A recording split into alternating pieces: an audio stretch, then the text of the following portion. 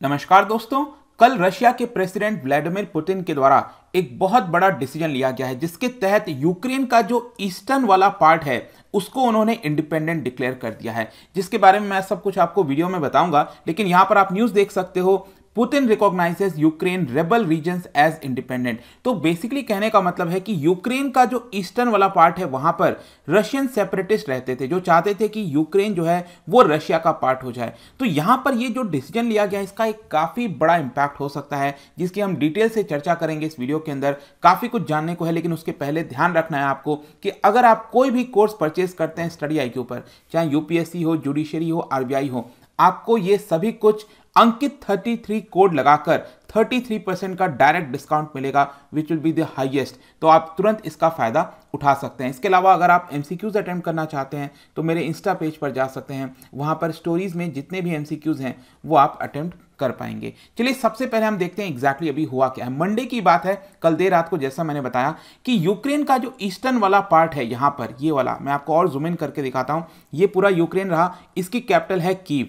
और यहां पर अगर आप देखोगे ये जो दो छोटे पार्ट हैं, एक है लुहांस्क कहा जाता है और दूसरा इसको कहा जाता है डोनेस्क, ये दोनों पार्ट को इंडिपेंडेंट डिक्लेयर कर दिया। मतलब दोनों जो रीजन है वो अपने आप में इंडिपेंडेंट है। इसके अलावा क्रीमिया आपको पता ही है कि 2014 में यहां पर व्लादिमीर पुतिन ने इसको अपने अंडर में ले लिया था। तो बेसिकली आप कह सकते हो कि जो फियर चल रहा है इस समय वेस्ट के द्वारा कि काफी बड़ा मेजर वॉर हो सकता है, उसकी तरफ ये काफी बड़ा कदम है। और ये सारी चीजें मैं आपको बता दूं कि रशिया के प्रेसिडेंट पुतिन ने टेलीवाइज्ड एड्रेस किया है, काफी लंबा एक स्पीच दिया और उसके बाद यहां पर डिक्लेयर कर दिया कि ये जो दोनों रीजन हैं ये आपका इंडिपेंडेंट डिक्लेयर किए जाते हैं। इनफैक्ट मैं आपको बताऊं तो इसका जो डिसीजन है वो सबसे पहले व्लादिमीर पुतिन ने फोन कॉल पर अनाउंस किया था to the leaders of Germany and France. तो जर्मनी और फ्रांस के जो लीडर्स हैं उनसे बातचीत की, उनको ये अनाउंस किया कि हम ये दो रीजन को इंडिपेंडेंट डिक्लेयर कर रहे हैं। और वो बातचीत होने के बाद वो एक टेलीविजन के माध्यम से स्पीच दिए, लोगों को बताया।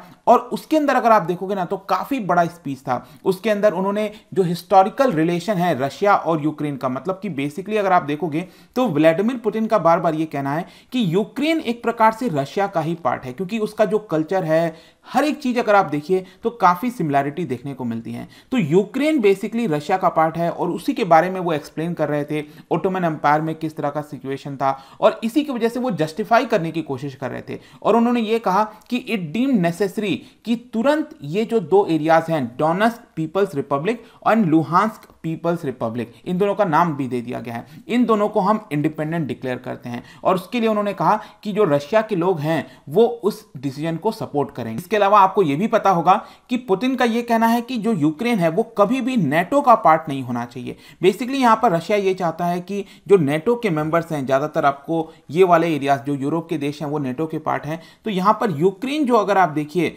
तो ये एक बफर के तौर पर काम करे रशिया के लिए, मतलब कि जो नेटो के अलाइज हैं वो रशिया के बॉर्डर तक ना पहुंचे। इसीलिए यहां पर पुतिन चाहते हैं कि यूक्रेन जो है वो कभी भी नेटो का पार्ट ना हो। तो पहले उन्होंने कहा था कि अगर ये नेटो का पार्ट बनेगा यूक्रेन तो हम यहां पर एक्शन ले सकते हैं, एक प्रकार से वॉर डिक्लेयर कर सकते हैं। इस तरह की एक प्रकार से आप कह सकते हो धमकी दी जा रही थी। ऑल्दो यहां पर पुतिन का बार बार कहना था कि हम किसी भी प्रकार का वॉर नहीं क्रिएट करना चाहते, लेकिन एक सोल्यूशन चाहिए कि ये जो यूक्रेन है वो नेटो का पार्ट नहीं बनेगा।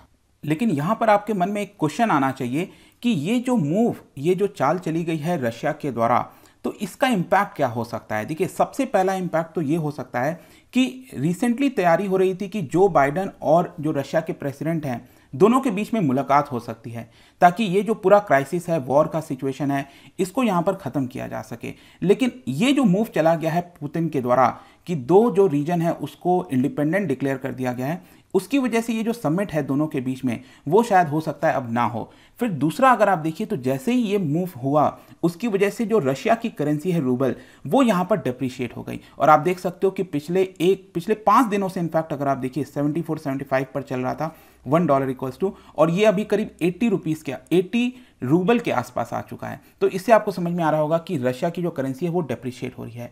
फिर यहां पर एक और चीज है, अब एक प्रकार से रशिया के पास रीजन मिल जाएगा कि यहां पर वो मिलिट्री फोर्सेस को भेज सकता है इन दोनों रीजन में। ऑल्दो अगर आपको पता हो तो रशिया ने कई सारे जो फोर्सेस हैं वो बेलारूस के अंदर और कई जगह यहाँ पर तैनात कर रखे हैं, क्योंकि बेलारूस भी रशिया का ही एक प्रकार से काफ़ी बड़ा साथी है इस समय। तो यहाँ पर जो जितने सैनिक हैं इसकी वजह से क्या होगा, वो लोग एक प्रकार से प्रिटेक्स्ट दे सकते हैं कि ये दोनों सेपरेट रीजन है और यूक्रेन की आर्मी उनको तंग परेशान नहीं कर सकती, और इसकी वजह से वो लोग कह सकते हैं कि हम अपनी आर्मी यहां पर भेज रहे हैं। तो एक प्रकार से वॉर का जो सिचुएशन है वो और ज्यादा एस्केलेट हो सकता है।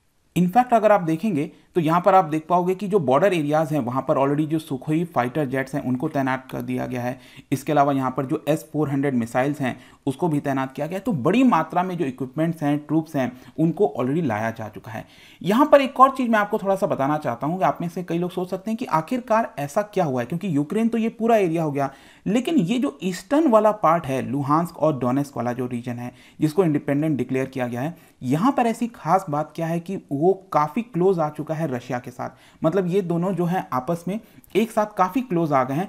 ये क्या कारण है इसका? तो देखिए बहुत सारे आपको एग्जाम्पल देखने को मिलेंगे। स्पेशली 2014 से क्या हुआ था, जो जब से क्रीमिया यहाँ पर एनेक्स किया गया है रशिया के द्वारा, उसके बाद कई सारे ऐसे कदम चले गए हैं रशिया के द्वारा इस ईस्टर्न रीजन के अंदर, जिसकी वजह से यहाँ पर सेपरेटिस्ट हो गए हैं। वो चाहते हैं कि पूरा यूक्रेन जो है वो रशिया का पार्ट हो जाए। तो उसमें ऐसा क्या क्या किया गया है? देखिए सबसे पहले तो यहाँ पर आप देखोगे तो मॉस्को ने करीब 8 लाख से ज़्यादा जो रशियन पासपोर्ट है उसको दे दिया था डोनेस्क रेसिडेंट्स को। मतलब यहाँ पर जो रेसिडेंट्स रह रहे हैं इस पर्टिकुलर रीजन में, वहाँ पर 8 लाख से ज़्यादा जो पासपोर्ट्स हैं वो दिया गया था। और ये कब हुआ था?